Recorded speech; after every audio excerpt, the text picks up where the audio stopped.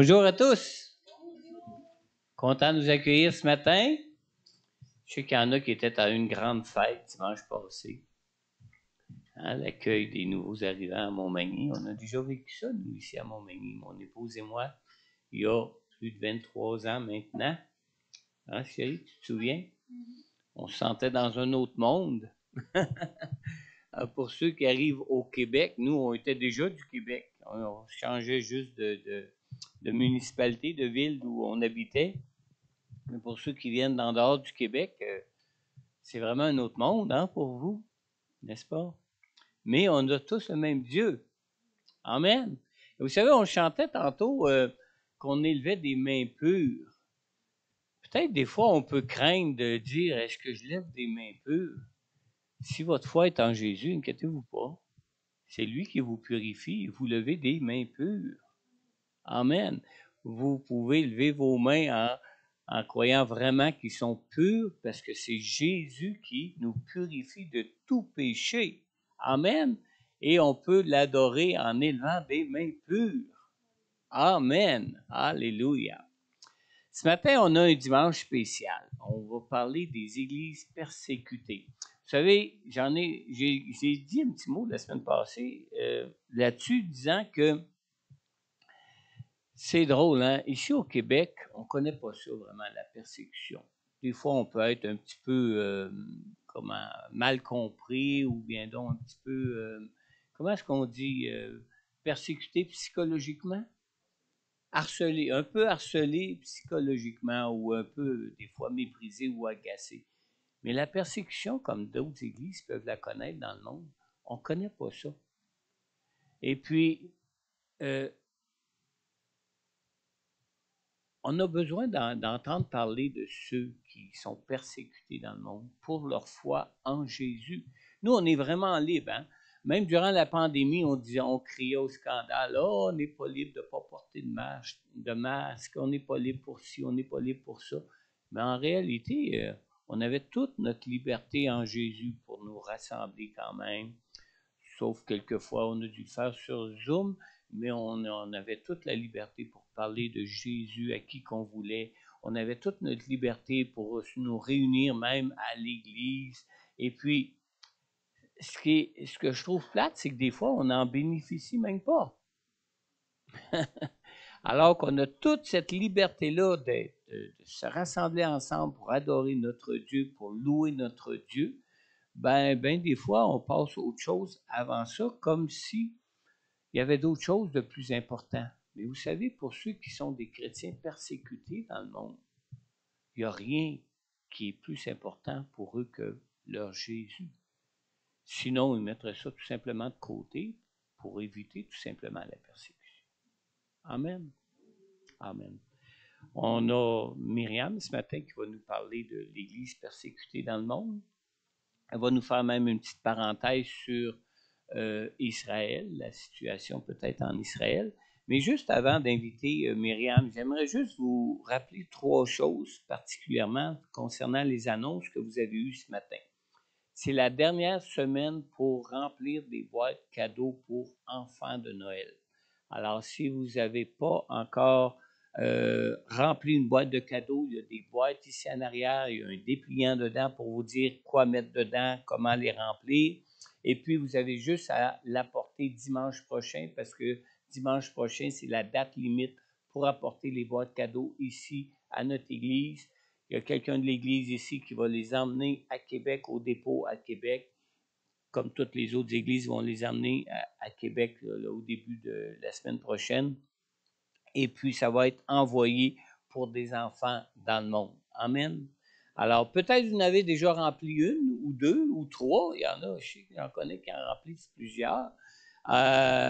N'hésitez pas si vous voulez en remplir une autre. Il reste encore une semaine et vous allez bénir un enfant dans le monde, un enfant qui, à travers votre cadeau, va voir vraiment la grâce du Seigneur Jésus-Christ. Et puis, non seulement il va l'avoir parce qu'on va lui parler de la grâce qu'on connaît en la personne de notre Seigneur Jésus-Christ, qui lui nous purifie.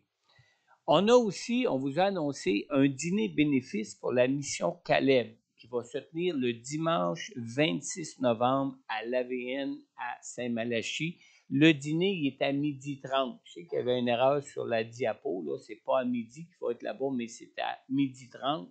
Là-bas, l'église commence leur culte à 10h30. Ils finissent habituellement vers midi, midi 15. Nous, on commence à 9h30, on finit habituellement vers 11h, 11h15. Ça nous donne amplement le temps de se rendre là-bas si on veut participer au dîner bénéfice. Ça prend un maximum 1 heure se rendre là-bas. Moi-même et mon épouse, on compte y être, on compte y assister. Si quelqu'un d'entre vous aimerait peut-être prendre place avec nous dans notre véhicule, n'hésitez pas à me contacter. On a de la place pour 3 autres personnes. On a un véhicule à 5. Hein? Puis s'il faut, on prendra les 2 véhicules. Amen. Alors, le coût du billet est de 30 $. Vous ne payez pas 30 $ pour un spaghetti. Là. Il n'y a rien de spécial, ce spaghetti-là. Vous payez 30 $ parce que c'est un dîner bénéfice. Alors, peut-être que votre spaghetti va coûter peut-être juste 2 ou 3 $, mais le restant de l'argent du 30 $, c'est vraiment pour soutenir l'œuvre missionnaire Caleb, qui est une œuvre missionnaire qui s'occupe des enfants au Bénin, qui a été fondée par pasteur Jean-Yves Marleau et pasteur Rita Grégoire, qui sont les anciens pasteurs de l'église de Saint-Malachie. Ils sont d'ailleurs encore pasteurs là-bas, avec moi, entre autres, et pasteur Yves Bellemare. Alors, on vous attend le dimanche 26 novembre pour un dîner bénéfice. Et si vous ne pouvez pas y être pour une raison quelconque, si vous avez peut-être juste un 5 $ à donner pour soutenir la mission ou peut-être plus que même 30 $ à donner pour la mission, mais que vous ne pouvez pas y être là-bas, vous pouvez toujours utiliser une enveloppe d'offrande ici, indiquer dessus Mission Caleb, et puis inquiétez-vous pas, votre don va être remis pour Mission Caleb au Bénin. Aussi, la dernière chose que je veux vous parler, puis j'y tiens parce que pour moi, ça a été vraiment comme « wow, quelle belle occasion ». On vous offre un mini-cours à l'Institut biblique du Québec en Zoom. Alors, vous n'aurez pas besoin de vous rendre à Montréal, vous n'aurez pas besoin même de vous déplacer de votre maison. Vous avez simplement à vous inscrire auprès de l'IBQ. Je n'ai pas noté l'adresse, mais vous allez la trouver sur la fiche qu'il y a ici en arrière au Babillard. L'inscription est obligatoire et il y a une date limite aussi, je pense, pour l'inscription. Alors, ils vont offrir un mini-cours biblique. Le thème de ce mini-cours sera « Est-ce qu'il y avait une divergence entre Luc et Paul sur le sujet de l'esprit? » Alors, c'est... Jonathan Berceau, je cherchais son nom, c'est Jonathan Berceau qui est l'ancien directeur de l'Institut biblique. Je pense qu'il est encore doyen. C'est David Martin qui est le directeur maintenant, puis c'est Jonathan Berceau qui est doyen académique et professeur à l'Institut biblique du Québec. On l'a déjà reçu ici par le passé. Est-ce qu'il y en a qui se souviennent de lui? Oui, Christian s'en souvient, Lucie s'en souvient. On avait été régalés de son message, hein, c'était vraiment super bien. Alors, il nous donne, ça va vous donner une idée de ce que c'est que de suivre un cours à l'Institut biblique Québec. C'est pas comme suivre un enseignement à votre église, c'est pas comme une prédication qui est donnée à votre église, c'est vraiment un enseignement pour faire de vous des ouvriers pour le Seigneur, si je peux dire, parce que c'est pas juste pour faire des pasteurs, on peut être ouvrier ou s'engager dans la moisson pour le Seigneur au Québec de différentes manières. On peut être des prophètes, on peut être des évangélistes, on peut être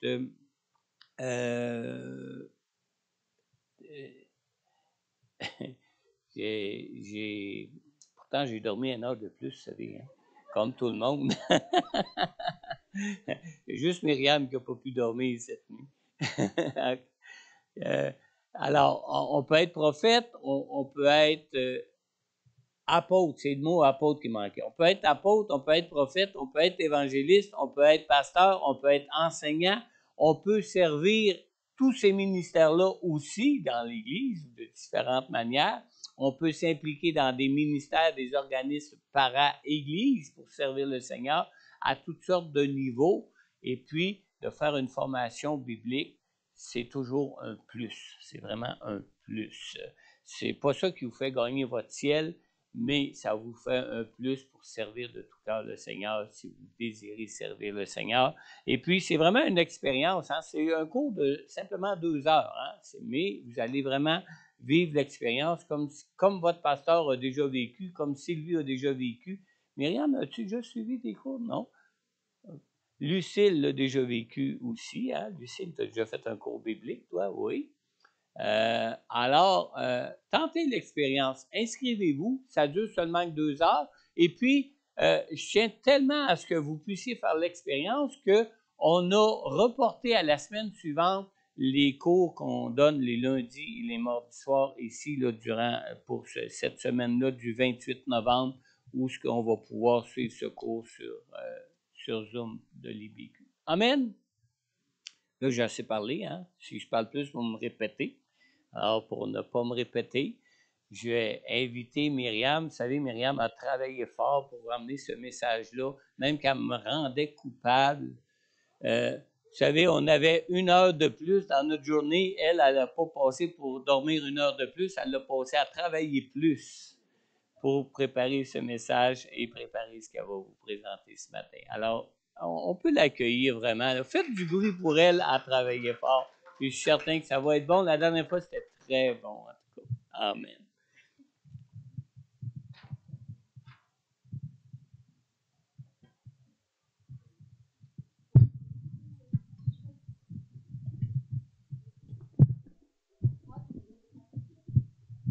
Ouais, là, mon micro cravate. Pas de cravate.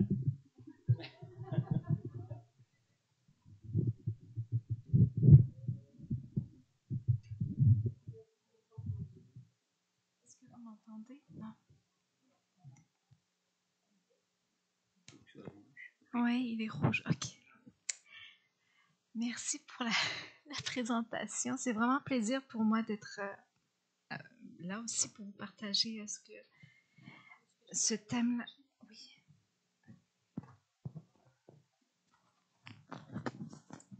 Merci. Merci beaucoup.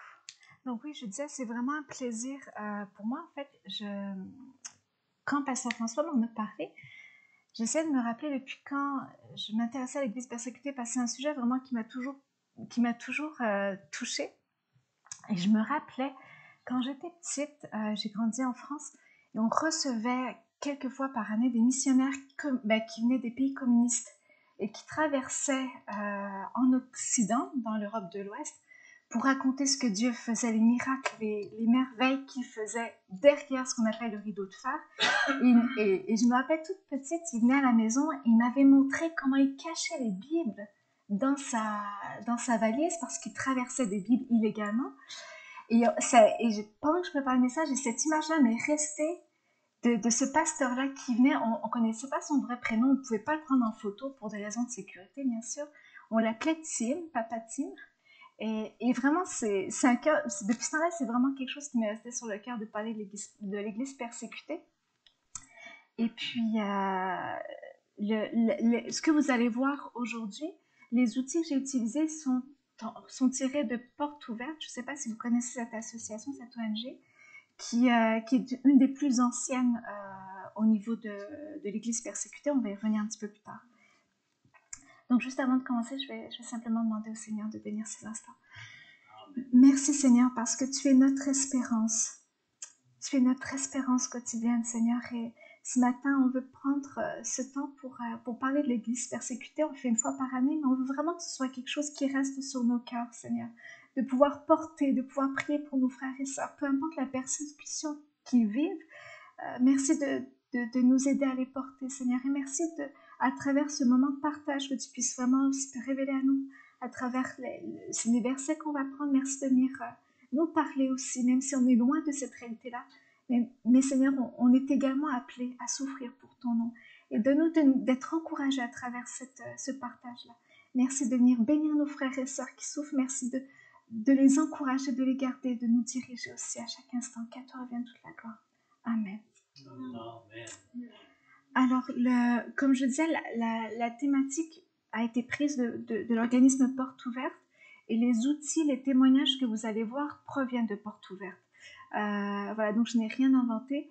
C'est vraiment cette association-là qui a été un petit peu qui donne des outils à la disposition et qui a été un petit peu la trame de fond pour le partage que je vais vous apporter. Aujourd'hui, on parle de plus de 360 millions de chrétiens dans le monde qui sont persécutés. Quand on parle de chrétiens, toutes dénominations confondues, que ce soit des orthodoxes, des catholiques, des protestants, des évangéliques, peu importe, on parle de 360 millions. C'est une augmentation récurrente, disons depuis les 9 dernières années. En 2020, on était à 340 millions.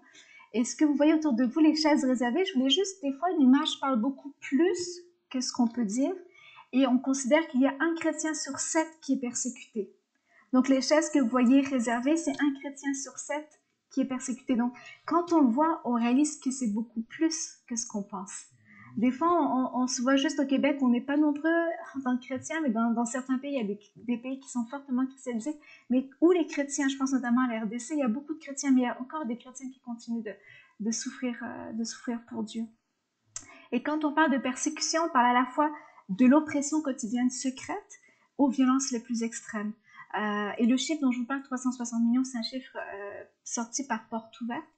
Et on peut considérer que ce chiffre peut être à la hausse parce qu'on n'inclut pas nécessairement tous les gens qui sont persécutés, tous les chrétiens qui sont persécutés, notamment dans certains pays musulmans où c'est difficile de rapporter des faits. Donc 360 millions, c'est un chiffre, mais on considère que ça peut être beaucoup plus à la hausse. Et pourquoi parler de l'Église persécutée? C'est biblique, hein? Dieu nous dit de nous aimer les uns les autres, de prier les uns pour les autres, de nous supporter, mais il y avait 2 versets vraiment qui venaient à cœur quand je réalisais pourquoi est-ce qu'on en parle, pourquoi c'est important d'en parler. J'avais notamment dans Galates 6.2, portez les fardeaux les uns des autres, portez les fardeaux et accomplissez ainsi la loi de Christ. Donc Dieu nous demande, c'est quelque chose que je pense que Dieu nous demande, de porter les fardeaux des uns des autres. Et dans Jude 1.22, ayez compassion les uns des autres en faisant preuve de discernement. Et là, c'est pas juste d'avoir de la sympathie, c'est d'avoir de la compassion. Et la compassion, c'est une étape plus importante que la sympathie. On prend action, on prie, on agit, on en parle. Donc, juste pour vous mettre juste en contexte rapidement, donc je disais que les outils que j'utilise, les témoignages proviennent de Portes Ouvertes, qui depuis 1955 aident les chrétiens les plus persécutés dans le monde. Et puis, j'avais un petit peu la même mission que l'anecdote que je vous ai donnée avec le missionnaire quand j'étais plus jeune. C'est le frère André, qui est d'origine hollandaise, qui allait distribuer des Bibles dans les pays communistes. Et depuis ce temps-là, Portes Ouvertes a continué à grandir et ils sont implantés dans 70 pays. Donc, dans les pays dont on va parler, ils ont des antennes sur place, ils ont des ouvriers qui sont sur place. Ils fournissent toujours des Bibles, ils fournissent toujours des formations, mais ce qui est nouveau depuis ces dernières années, c'est qu'ils apportent aussi de l'aide humanitaire et des formations pour aider les chrétiens à survivre à des traumatismes qui ont été vécus. Ils informent aussi, il y a tout un volet aussi d'information des églises sur ce qui se passe dans les pays persécutés. Et un des outils, à la diapositive, un des outils qui mettent en place, c'est ce qu'on appelle l'index mondial de persécution, qui répertorie les pays où les chrétiens sont le plus persécutés. Donc les zones plus en rouge, comme vous pouvez le voir, c'est là où il y a les persécutions les plus difficiles, les plus dures. Comme je le disais, depuis 9 ans, on est en hausse, malheureusement, mais je pense qu'on n'est pas surpris. Hein. Je veux dire, on est appelé, comme je disais, on est appelé à ça. Et voilà, qu'on puisse les porter davantage, nos frères et sœurs. Donc c'est ça. Récemment, enfin les 2 dernières années, c'était l'Afghanistan avec l'arrivée des talibans qui a été ressorti dans le pays le plus persécuteur pour les chrétiens. Mais cette année, on est revenu à la Corée du Nord. Et c'est ça, c'est juste pour vous montrer, avoir une idée des endroits où les chrétiens sont plus persécutés. Et puis, juste pour vous donner quelques chiffres, juste pour compléter la mise en contexte, en 2021, Portes Ouvertes recensait 5898 chrétiens qui ont été tués, une hausse de 24%, et 8 chrétiens sur 10 sont tués au Nigeria. Le Nigeria, c'est un pays qui est juste ici le numéro 6. À cause de Boko Haram, notamment dans le nord du pays, voilà, ils veulent mettre en place un État islamique, donc ils s'attaquent férocement aux chrétiens. Des fermetures d'églises aussi, on en recense 5110 en 2023. en 2022, excusez-moi, et c'est essentiellement en Chine que 59% des fermetures d'églises ont eu lieu, notamment avec la pandémie. Ils ont utilisé ce prétexte-là, du fait qu'on ne pouvait plus se réunir pour fermer officiellement 59% des églises, dont 59%. Puis encore une fois, comme je vous disais, les chiffres que je vous donne, c'est des chiffres qui sont vérifiés sur place. Ce sont des ouvriers qui sont sur place. La détention de chrétiens aussi, il y a eu une hausse de 44% en 2022. L'Inde, le Pakistan et la Chine sont les 3 premiers. Pourquoi faire cet index-là? Je pense que ça nous aide notamment à comprendre que ça existe. C'est concret. Il y a des chrétiens qui sont persécutés pour leur foi aujourd'hui. Et ça nous permet donc de prendre d'analyser la forme que la persécution prend. Et ça permet aussi, je pense, de mieux prier, de prioriser aussi les pays où il y a de l'aide qui est plus nécessaire pour les organismes. Et c'est aussi, ce que je trouve intéressant, c'est qu'avec cet index-là, c'est aussi un outil d'expertise qui est utilisé par des médias qui sont non chrétiens. Et l'année passée, je me rappelle, la presse avait utilisé cet outil-là de porte ouverte pour pouvoir parler et plaider un petit peu la cause des chrétiens persécutés. Donc, je trouve que c'est bien aussi des fois quand on a besoin d'évangéliser, juste de dire que oui, il y a des chrétiens qui sont persécutés, moi je suis libre de parler de ma foi. Et c'est vrai, comme Pasteur François disait, on ne saisit peut-être pas assez la liberté qu'on a. Il y a des gens qui meurent pour leur foi et nous, on a toute cette liberté. Et des fois, je me mets en question, je me dis, mais Seigneur, j'irai pas en prison si je parle de toi. Je veux dire, je suis libre de le faire. Et pourquoi je ne saisis pas les occasions en plus que ça? Voilà, donc je continue avec un petit vidéo, puis après je rentrerai dans le partage. Ça dure 5 minutes à peu près, juste pour donner quelques illustrations.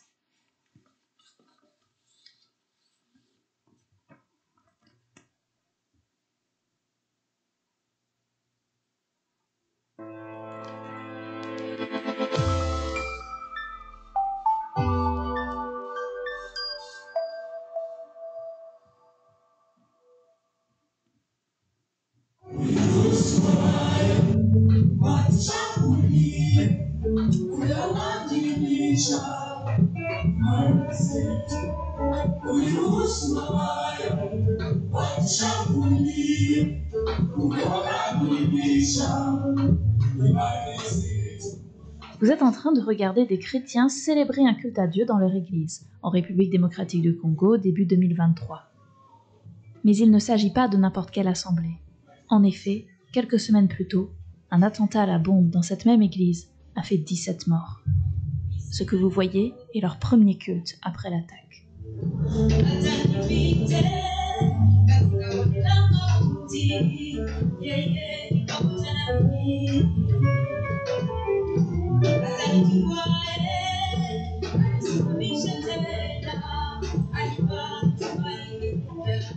La joie et le choix qu'ils ont fait face à l'horreur. En effet, c'est loin d'être la première attaque de ce type.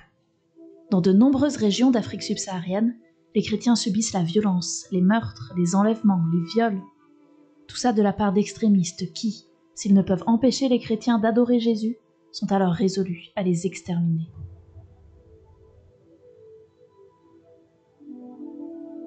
C'est un état d'urgence absolu, et en même temps, ce n'est pas une nouveauté. 2000 ans en arrière, Jésus nous avait déjà avertis. S'ils m'ont persécuté, ils vous persécuteront aussi. Cette persécution, Ayuba l'a vécue. C'est un chrétien nigérian, et il est toujours menacé de mort par le groupe terroriste Boko Haram. Puisque, pour sa sécurité, on ne peut vous montrer son visage, voici son histoire, mise en scène par des acteurs.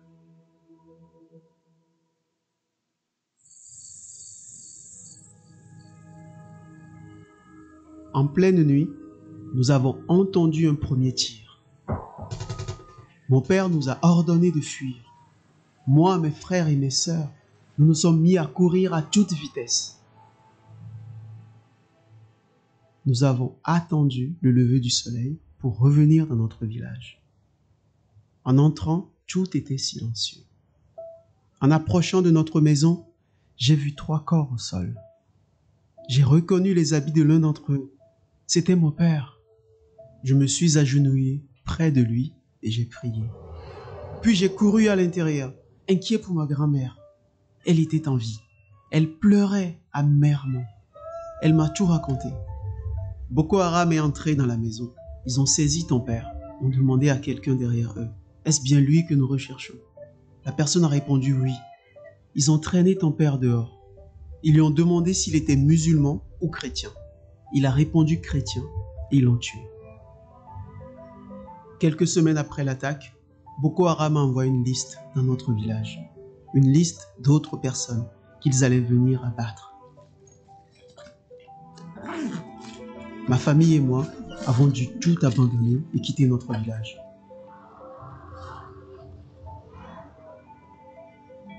J'étais rempli de colère et de haine. J'en voulais à Dieu. J'étais résolu à venger la mort de mon père. Ayuba voulait se venger de l'homme qui avait dénoncé son père quand Boko Haram a attaqué. Portes Ouvertes l'a invité, lui et ses frères et sœurs, dans un centre d'aide post-traumatique pour qu'il puisse y recevoir soins et conseils.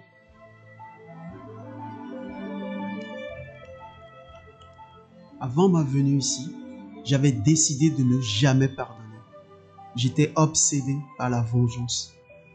Mais maintenant, j'ai trouvé la paix et l'espoir. J'ai appris à pardonner, à tout laisser au pied de la croix. Et si un jour, je dois être tué comme mon père, qu'il en soit ainsi. We want to see you like a mighty ocean wind. Lord, we want to dwell under the shadow of your wing. So blow, blow, blow like a mighty wind. Spirit of victory, just cover us with your wings. So blow, blow, blow like a mighty wind.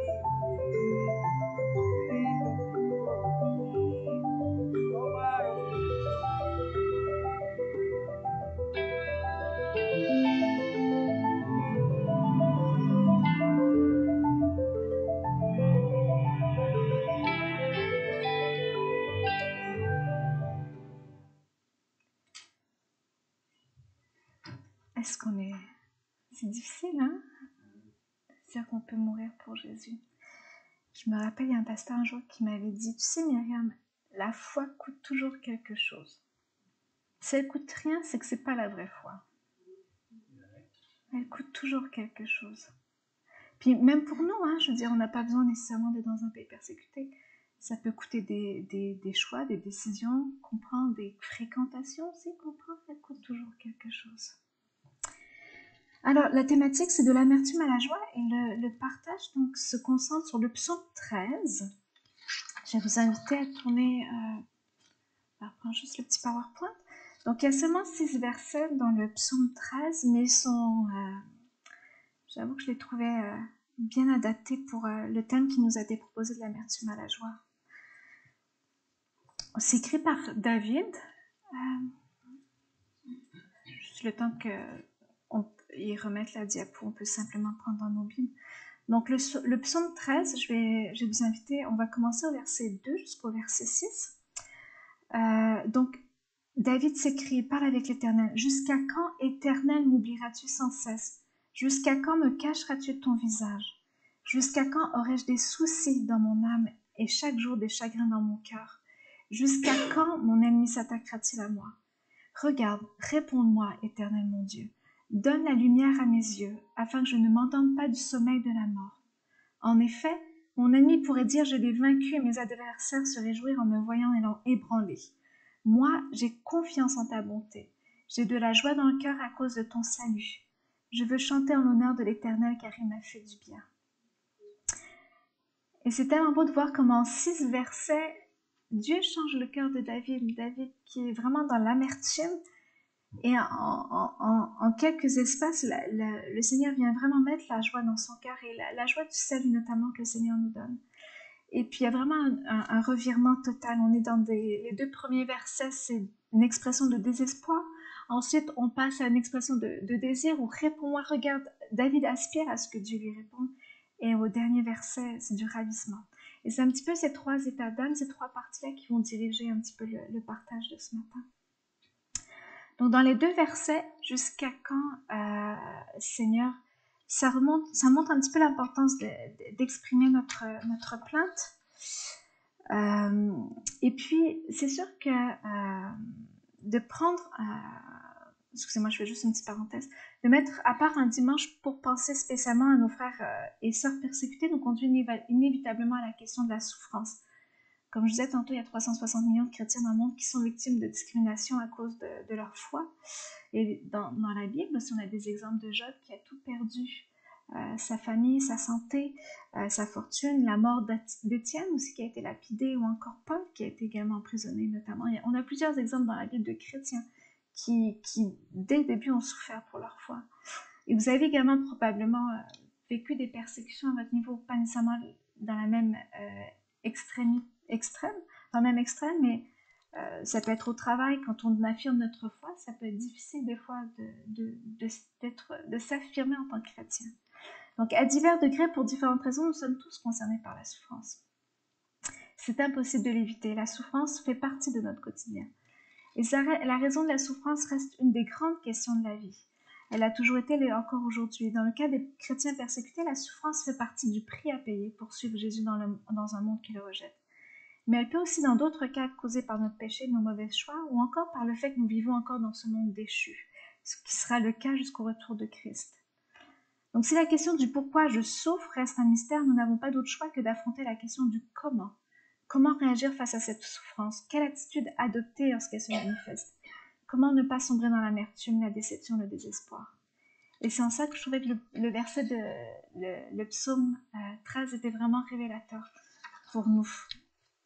Parce que c'est ça, on parle des chrétiens persécutés, mais comme je disais, nous aussi à notre niveau, on vit une forme de on peut vivre des souffrances. Et la Bible reste la même autant pour les gens qui sont persécutés que pour nous, on sert le même Dieu. Amen. Donc les deux premiers versets se concentrent sur ça. Jusqu'à quand, Seigneur? Ce que je trouve beau dans ces passages-là, c'est vraiment David qui jette son... Comment je peux dire ça? Il est tanné. Tu sais, comme... Tu sais, des fois, avec Dieu, on peut être comme... je peux pas dire gêné, mais on n'ose pas trop faire état de nos états d'âme parce qu'il est tout puissant, on se dit, il se souciera peut-être pas de moi. Mais David avait vraiment une audace de, tu sais, jusqu'à quand, Seigneur? Tu sais, jusqu'à quand? Et je trouve ça beau. Et puis je me dis, Seigneur, est-ce que j'ai la même proximité? Et ça nécessite, je trouve, une proximité vraiment d'être près de son cœur pour faire état, pour ne pas craindre de se plaindre, en fait, devant Dieu. Et ça, être honnête avec Dieu, c'est ça, c'est ce que ce verset me rappelait. Et je faisais un parallèle avec Job 7:11. C'est pourquoi je ne me retiendrai pas, je parlerai dans la détresse de mon esprit, je me plaindrai dans l'amertume de mon âme. Et donc, c'est ce qu'on voit, il y a une constante dans les réactions de David, Job, où les autres, face à leur souffrance, ils se montrent honnêtes avec Dieu, en lui exprimant les tourments, les questions qui les travaillent. Ils ne cherchent pas à les minimiser ou à garder pour eux leurs émotions. Au contraire, ils ouvrent leur cœur avec vérité devant le Seigneur. Donc ça, c'était la première étape. Ensuite, le deuxième point, identifier et reconnaître nos sentiments. Avec ces 4 jusqu'à quand, David identifie les différents sentiments qu'il éprouve et qui sont douloureux pour lui, tant dans sa situation personnelle que dans sa relation avec Dieu. Il exprime le sentiment d'être abandonné, oublié de Dieu, rejeté, privé de la faveur de Dieu, le poids des soucis et des chagrins qui remplissent son âme, sa crainte d'être maltraité et humilié par les autres. Et je pense que ce sont des choses aussi qu'on a pu vivre personnellement. Des fois, on se questionne à savoir, Dieu, où est-ce que tu es? Qu'est-ce qui se passe? J'attends un signe, j'attends une réponse. Et comme je disais, c'est important c'est ça, d'être honnête avec Dieu. Et c'est ce que David nous montre dans sa façon de réagir. Donc, dans la souffrance, il est facile de se sentir seul, loin de Dieu, et de se laisser gagner par le mensonge que Dieu nous a rejeté, oublié. Et les chrétiens persécutés expriment aussi parfois avec honnêteté ce sentiment, comme le jeune Traoré du Burkina Faso. C'est la diapo suivante, où il indique « J'ai parfois l'impression que Dieu m'a abandonné, mais quand je lis la Bible, je me rends compte qu'il était avec moi depuis le début. Je pensais que Dieu ne se souciait plus de moi, mais il m'a soutenu durant ma souffrance. » Donc, n'ayons pas peur de reconnaître les différents sentiments qui peuvent nous traverser. La solitude, l'abandon, le rejet, exprimons-les à Dieu. Il connaît tout, hein? Il connaît nos cœurs mieux que nous-mêmes. Il connaît... C'est tout. Et c'est important, le troisième point aussi que je voulais relever avec cela, c'est que c'est important, je pense, d'en parler à Dieu de déverser tout cela devant Dieu aussi, parce que de déposer ça au pied de sa croix, parce que ça évite aussi le cercle vicieux de la souffrance et de l'amertume. Et là, c'est pas de la psychologie que je veux faire, mais c'est juste en lien avec le petit partage, ce que ce psaume-là m'indiquait. Si nous gardons nos sentiments forts en nous, si nous préférons les ignorer ou les cacher plutôt que de les assumer, ils peuvent facilement enraciner l'amertume dans nos cœurs. Et ces racines d'amertume produisent des fruits de colère, d'insatisfaction et de conflit avec les autres qui conduisent à davantage encore de souffrance dans nos vies et dans la vie de ceux qui nous entourent. Et dans Hébreux 12, 15, veillez à ce que personne ne se prive de la grâce de Dieu, à ce qu'aucune racine d'amertume, produisant des rejetons, ne cause de troubles et que beaucoup n'en soient affectés. Job parle aussi de cette nécessité. C'est pourquoi je ne me retiendrai pas, je parlerai dans la détresse de mon esprit. Je me plaindrai dans l'amertume de mon âme. Donc n'oublions pas que nous avons un Dieu d'amour infini, toujours prêt à nous écouter. Soyons transparents devant lui et disons-lui tout ce que nous avons sur le cœur. Lorsque nous exprimons notre souffrance dans la prière, nous pouvons rencontrer un Dieu vivant, présent et actif dans nos vies. Ouvrir son cœur, exprimer nos émotions nécessaires pour bâtir une relation de confiance avec notre famille et nos amis. Pourquoi en serait-il différemment avec Dieu? Donc ça, c'était en lien avec les deux premiers passages, les deux premiers versets. Ensuite, David implore Dieu, il demande le secours de Dieu. Dans les versets 4 et 5, « Regarde, réponds-moi, Éternel mon Dieu. Je vais juste vous les relire. Donne la lumière à mes yeux afin que je ne m'endorme pas du sommeil de la mort. En effet, mon ennemi pourrait dire, je l'ai vaincu, mes adversaires se réjouir en me voyant ébranlé. » Dans une autre version, au lieu de « donne la lumière à mes yeux », il est écrit « donne à mes yeux la clarté de voir ». Et je trouvais ça vraiment « donne-nous Seigneur de voir ce que tu as prévu pour nous quand la souffrance est là, quand les difficultés sont là. Donne-nous de pouvoir voir ce qu'il y a derrière tout ça. » Donc dans cette deuxième partie du psaume, David quitte le registre de la plainte pour entrer dans une phase un petit peu plus active. Ok, là j'ai dit ce qui allait pas, Seigneur, maintenant faut qu'on avance un petit peu. Et c'est ce qu'il cherche avant tout un petit peu, c'est vraiment la présence de Dieu lui-même. Réponds-moi, regarde-moi, donne à mes yeux la clarté. Et c'est ce qu'il exprime quand il demande à Dieu. On peut presque l'entendre crier à l'Éternel pour attirer son regard et obtenir son attention. L'image est celle d'un enfant qui désire plus que tout l'attention de son père. Et il y a 3 éléments encore qui m'apparaissaient à travers ces 2 versets-là. Donc, ne pas chercher à résoudre nos difficultés tout seul, et c'est souvent quelque chose, moi, personnellement, je plaide coupable, que je vous dis, quand je préparais ça, je me parlais à moi-même. Je suis comme, bon, c'est pour moi. Donc, ne pas chercher à résoudre nos difficultés tout seul. Et c'est vrai que, je sais pas pour vous, mais pour moi, c'est tellement simple, plus simple, ou c'est peut-être pas encore inné de demander à Dieu avant de prendre une décision. Ben, non, de faire un geste et après de dire, ah, c'est vrai, Seigneur, j'ai oublié c'est quoi? Dans les décisions, ça va, mais des fois, dans des actions du quotidien, de demander à Dieu de m'aider à résoudre un conflit ou quoi que ce soit. Et avec ces 2 versets-là, David reconnaît sa totale dépendance au Seigneur. Il sait qu'il ne peut rien faire sans l'Éternel. Et lorsqu'on se retrouve confronté aux difficultés, le danger est de croire que l'on peut et que l'on doit s'en sortir tout seul. Aujourd'hui, encore plus parce qu'on a beaucoup d'outils à notre disposition sur Internet. Quand il y a un problème, on peut aller chercher des solutions, peu importe, mais ça n'empêche pas qu'il ne faut pas ignorer notre souffrance. Il faut vraiment aller chercher auprès de Dieu la réponse, en fait. Pour Ayuba, comme on avait un petit peu dans le témoignage un petit peu plus tôt, ça pour lui, la solution, c'était de se venger, juste pour faire un petit parallèle avec ça, et de tuer les personnes responsables. Mais avec l'aide qu'il a reçue, en expérimentant l'amour de Dieu, il a réussi à aller au-delà de tout ça, et que finalement le Seigneur est la réponse pour lui. Donc demander de l'aide à Dieu doit être notre priorité. Si sa présence est indispensable au quotidien, elle est d'autant plus lorsque la souffrance nous ronge. Le deuxième point, c'était demander l'éclairage de la vérité. Et là, comme je disais tantôt, dans la Bible MacArthur, où c'est traduit « donne à mes yeux la clarté ». Après avoir cherché la présence de Dieu, David lui demande de donner de la lumière à ses yeux. Cela peut faire un parallèle avec plusieurs idées, cette notion de lumière. Grâce à la lumière de Dieu, David souhaite voir la situation comme Dieu la voit, avoir ses yeux spirituels, les yeux de Dieu. Il reconnaît que la perspective humaine est limitée, tandis que la vision de Dieu est toujours pleine et parfaite. Et ça aussi, on a tendance à l'oublier. Sa vision est pleine et parfaite. La lumière est aussi un moyen de discerner la main de Dieu à l'œuvre dans l'obscurité des épreuves que nous traversons. Et les yeux sont aussi considérés comme le reflet de l'âme. Obtenir la lumière dans les yeux projette l'image d'une âme lumineuse, riche et joyeuse.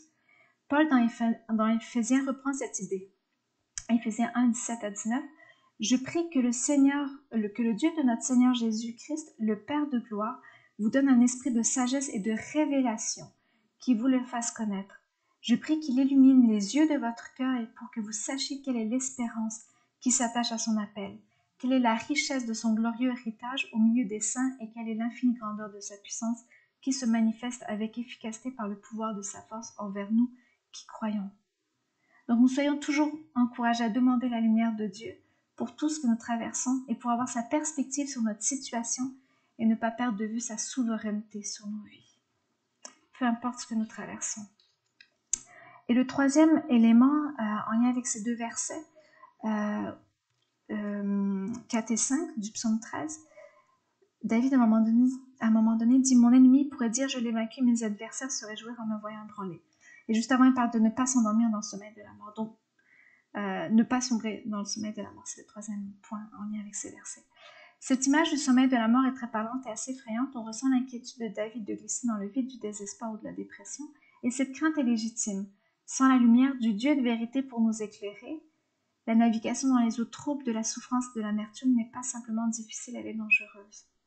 Sans la lumière qui donne vie, nos âmes peuvent se noyer dans les profondeurs de la désolation. Et là, je voulais juste vous lire un petit témoignage de Mary, qui vient aussi de Porte Ouverte. Juste pour faire un petit lien avec le fait de ne pas sombrer dans le sommeil de la mort. Mary, c'est une jeune Nigériane de 20 ans.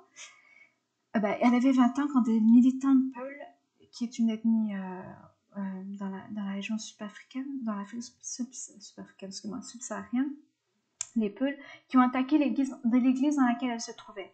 Retenue captive pendant 54 jours, elle a subi des violences sexuelles répétées. Elle a aussi été forcée de cuisiner pour ses agresseurs alors qu'elle-même ne pouvait manger que la nourriture des animaux. Plusieurs fois, Mary a vu la main de Dieu à l'œuvre et puissamment agir pour elle et les autres femmes détenues à ses côtés. Un homme avait une arme et était prêt à nous abattre toutes, se souvient-elle. Je n'arrêtais pas de prier dans ma tête et pour une raison inconnue, l'homme est parti nous laisser seuls. Je sais que Dieu est intervenu. Un jour, l'un des Peuls est venu s'asseoir à côté de Mary. Elle s'est sentie obligée de lui demander s'il réalisait le mal qu'il faisait.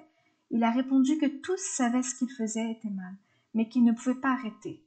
Je lui ai dit qu'il y avait bien un moyen d'arrêter. Si vous donnez votre vie à Jésus, il vous pardonnera, et vous pourrez arrêter toutes ces choses que vous faites. Le courage de Mary était étonnant. Elle a partagé l'évangile avec 2 autres de ses ravisseurs, mais face à un danger extrême, elle voulait annoncer la bonne nouvelle. Même face à un danger extrême, elle voulait annoncer la bonne nouvelle de l'évangile. Malheureusement, il n'était pas du tout réceptif, et Mary est tout de même restée fidèle dans la prière. J'ai continué à prier dans mon cœur pour que Dieu nous sauve de cet endroit, car personne d'autre ne peut nous sauver. Seule sa puissance et sa grâce peuvent nous sortir de là. Les prières de Mary ont été exaucées, Dieu l'a vraiment fait. Je remercie Dieu qui m'a sauvée et m'a ramenée à la maison. J'aime vraiment Dieu et toutes les femmes ont pu être libérées. Donc la douleur du traumatisme vécu n'a jamais réellement quitté Mary, ce qui ne l'a pas empêché de louer Dieu pour ce qu'il est, pour la paix intérieure qu'il lui a apportée. Voilà.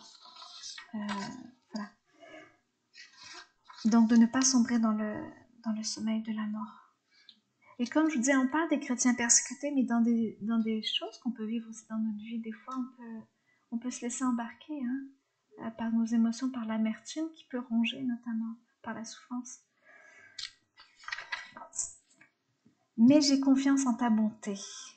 Amen. Et c'est ça c'est là-dessus que je voulais vraiment finir la dernière partie, c'est que à travers ce qu'on vit, à travers les souffrances qu'on peut expérimenter, ce que nos frères et sœurs expérimentent davantage à un divers degré, on a le même Dieu et que sa bonté se renouvelle à chaque jour, il reste le même fidèle, et que ce soit vraiment c'est peut-être déprécié jusqu'à présent, mais que ce soit vraiment le message d'espoir.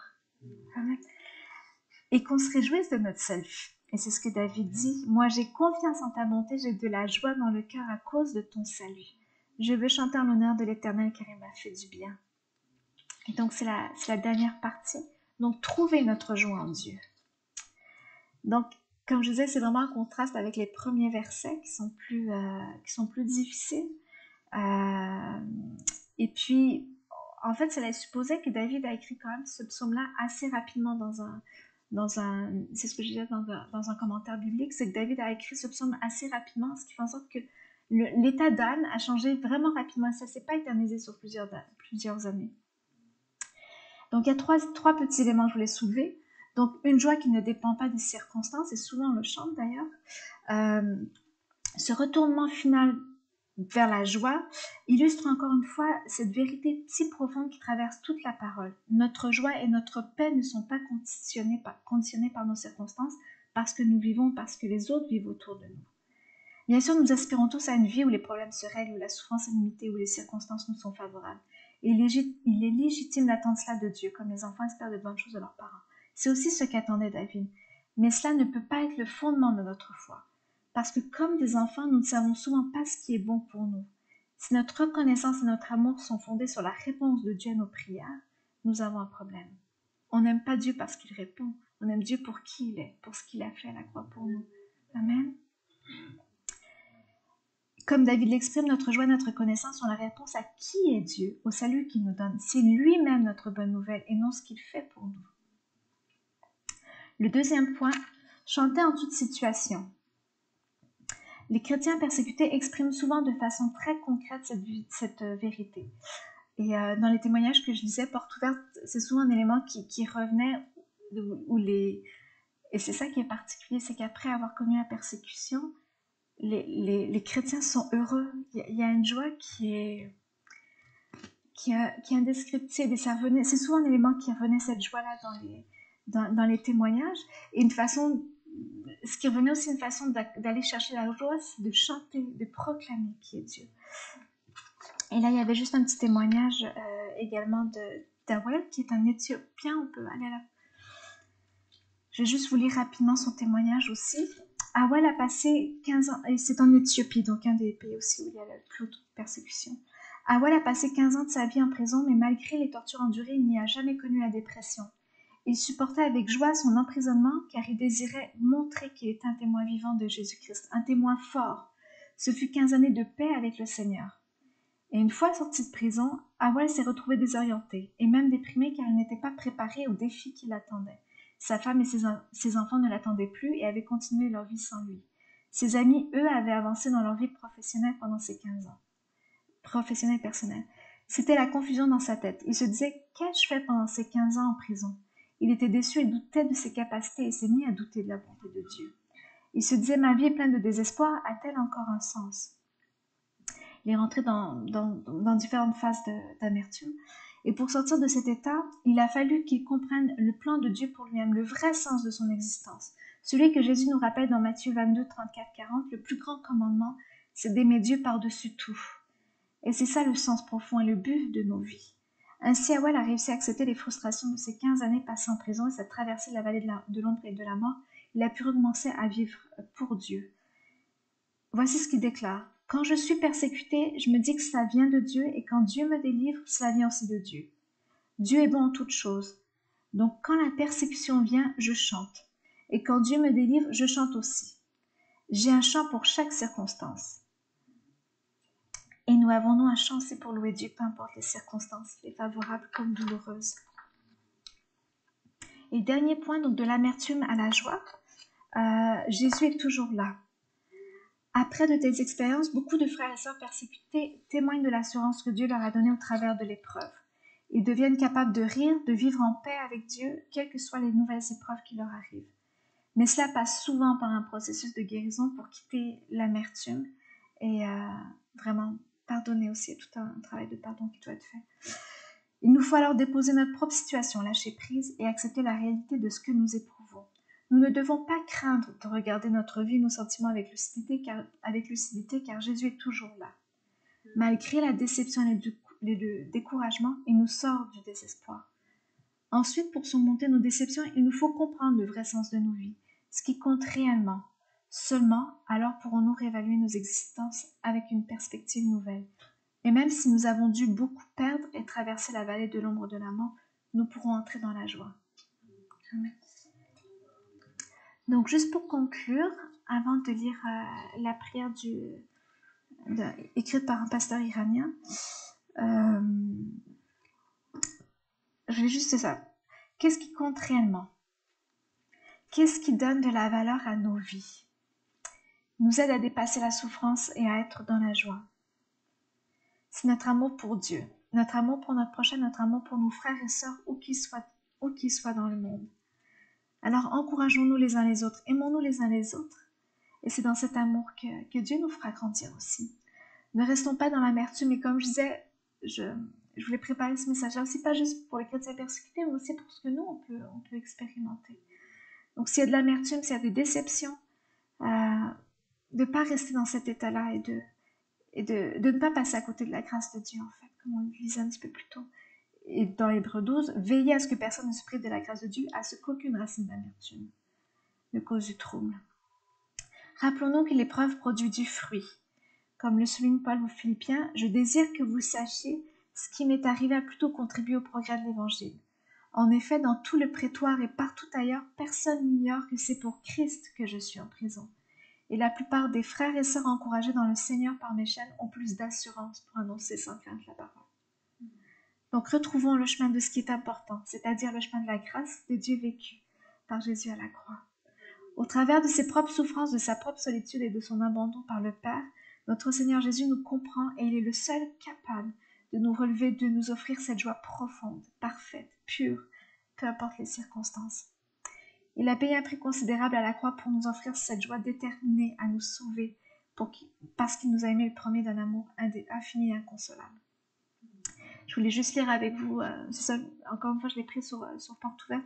Je trouvais cette prière très très très belle. Donc il est écrit, c'est aux hommes que Dieu accorde sa grâce, c'est dans le feu que l'or est purifié, c'est le polissage et la taille qui rendent le diamant brillant, c'est à haute température que la rouille du pot est brûlée, c'est par la porte étroite que nous entrons dans le royaume des cieux, c'est dans de très grandes épreuves que naissent les hommes, femmes de Dieu. Seigneur, fais de moi un tel homme, une telle femme. Amen. Je voulais juste conclure aussi avec un petit temps. C'est ça, j'avais juste mis une petite diapo si jamais vous vouliez avoir des informations sur Porte Ouverte, ce qu'ils font pour vous tenir informés. Puis je voulais juste clore ce petit temps, ce partage avec un temps de prière. Il y avait deux thématiques principalement, notamment, ce sont des sujets de prière, mais je pense qu'on peut prendre 5 quelques minutes pour prier un petit groupe après, si ça vous va. Il y a plein d'autres sujets de prière, hein. Je pense que vous êtes les premiers, vous savez, on a toujours, Dieu nous garde alimentés, on a toujours des sujets de prière. Il y en a deux qui venaient plus sur le cœur, bon, l'Afrique subsaharienne, les chrétiens qui sont beaucoup plus violentés que durant les dernières années, et je ne l'ai pas dit tout à l'heure, mais 95% des chrétiens qui sont tués pour leur foi, qui l'étaient pour leur foi en 2022, viennent de l'Afrique subsaharienne. Donc au cours des dernières années, l'instabilité dans la région, notamment au Burkina Faso, a fait en sorte que les chrétiens sont devenus plus persécutés qu'avant. Donc c'est... voilà. Et je voulais finir avec le conflit israélo-palestinien. Juste faire une petite parenthèse. Je ne veux pas faire nécessairement de politique, mais simplement, je proposais simplement quelques sujets. Il y a une association qui s'appelle Juifs pour Christ, peut-être que vous connaissez. Oui, juste Juifs pour Jésus.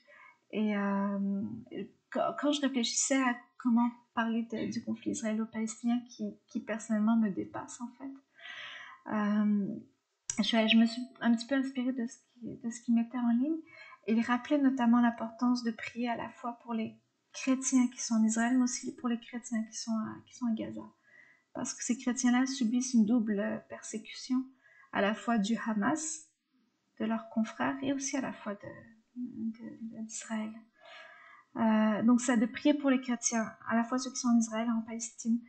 Et je vous ai juste mis ça, quelques petits sujets. Donc bien sûr, pour la sécurité des gens qui sont pris en otage, c'est toujours un litige, c'est toujours l'enjeu du conflit présentement. Le calme et la paix. Et je voulais surtout insister sur sur l'espérance et le salut d'Israël.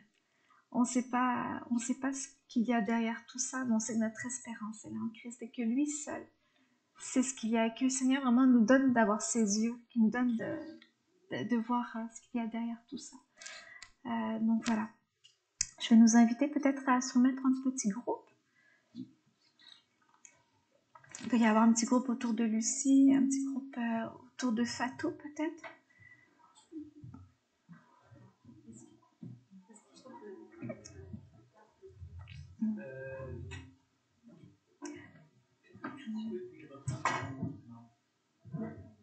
Juste le garder comme ça, c'est simple.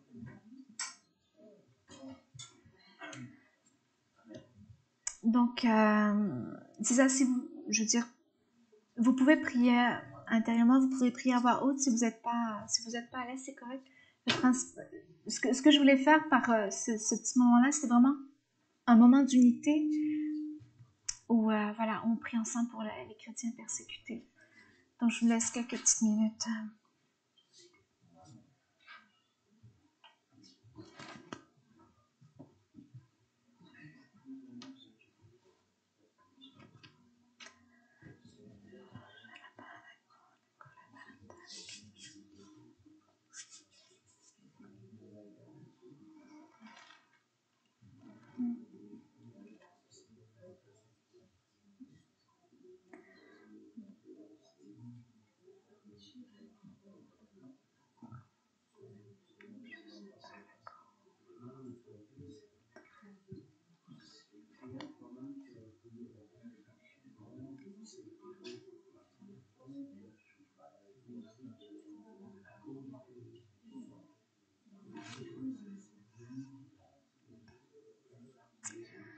Merci.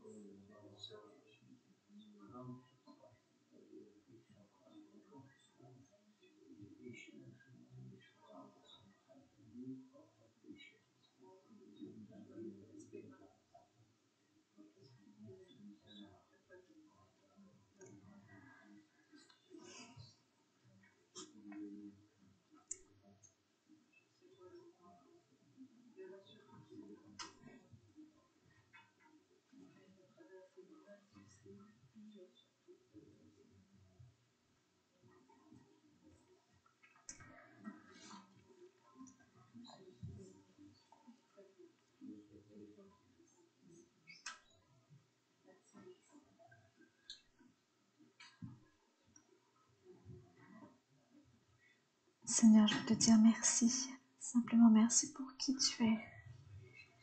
Et j'en veux vraiment te porter encore une fois les chrétiens qui sont persécutés dans leur monde à cause de leur foi.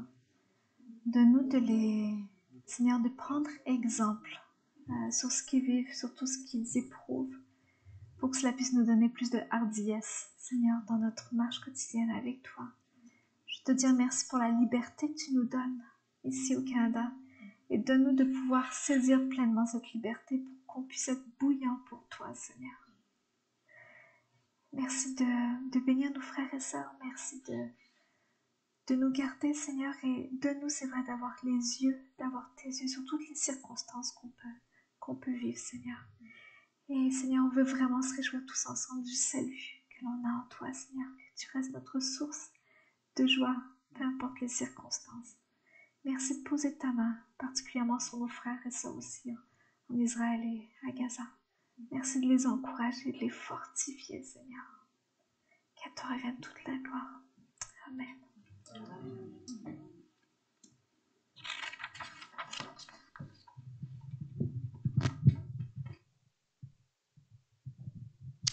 Amen. Merci beaucoup, Myriam. On apprécie énormément, énormément. Vous savez, je pense que le plus important dans tout ça, c'est de réaliser que nous n'avons pas à combattre contre la chair et le sang, mais contre les esprits de ténèbres qui dominent dans les lieux célestes. La semaine passée, on était ensemble à dîner, on était 4 personnes qui dînaient ici ensemble dans la cuisine en arrière. Quand tout à coup, il est arrivé un représentant de la ville pour nous dire qu'on n'avait pas le droit d'avoir mis des cônes en avant pour réserver 2 stationnements pour stationner pour notre auto avec le trailer parce qu'on avait des meubles à sortir d'ici. Et puis, on était tous surpris qu'ils interviennent comme ça et qu'ils nous disent que c'était absolument obligatoire d'avoir un permis, etc., etc. Et les dernières fois que je me souviens qu'on avait demandé un permis auprès de la ville pour réserver des stationnements en avant, c'était à l'occasion d'un service funèbre, puis ils nous avaient même refusé l'autorisation de pouvoir avoir des stationnements en avant. Ils ne nous ont pas battus au bâton pour ça, là, mais c'était frustrant. Hein? Bien, moi, suite à l'altercation que j'ai eue, c'est jeudi ou vendredi, Simon? Jeudi, je pense. Hein? Mercredi, c'est mercredi. Ouais. j'étais un peu comme ébranlé en moi-même, dire, ben ça se peut-tu de nous faire une opposition pareille juste pour, on a utilisé 2 stationnements, quoi, 2 heures de temps, 2 heures et demie de temps, durant les heures normales de stationnement. Puis à un moment donné, j'ai réalisé en parlant, en me repassant l'histoire là, de l'altercation que j'ai eue avec, qu'il a dit à un moment donné, il dit « Ouais, mais vous avez mis les choses pour stationner à partir d'hier soir, ça a été fermé toute la nuit. » Je dis « Ben non, ça a été juste à partir de 8h, 8h15, 8h30 le matin. » Puis c'est là que j'ai réalisé que la personne qui s'en est plainte, ou je ne sais pas de qui ça pouvait venir, là, qu'elle était juste animée par le diable, tout simplement. Nous, face à Dieu ou face à des chrétiens ou face à l'Église, avant de connaître le Seigneur, on en a commis des bien pires que ça, hein, des fois.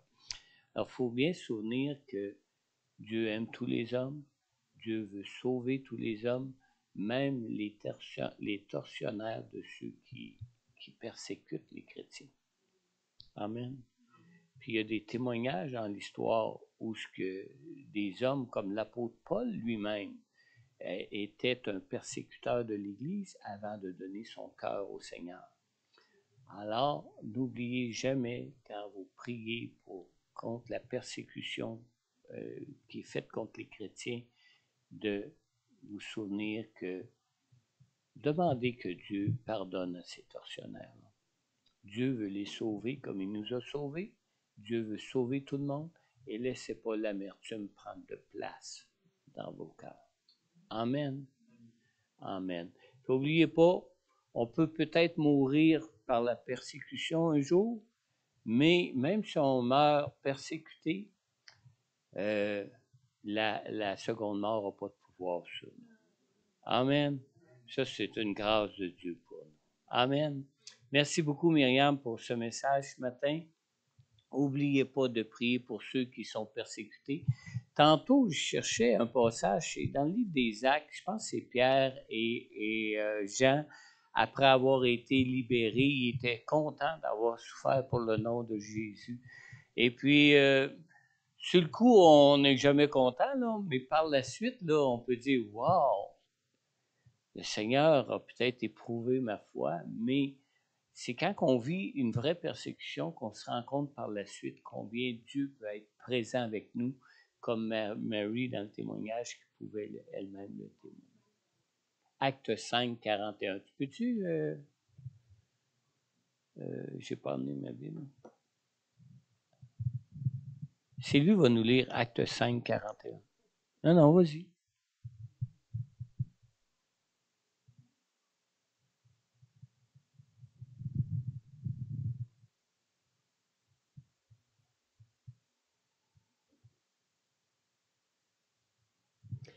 Les apôtres se retirèrent de devant le Sanhédrin, joyeux d'avoir été jugés dignes de subir des outrages pour le nom de Jésus.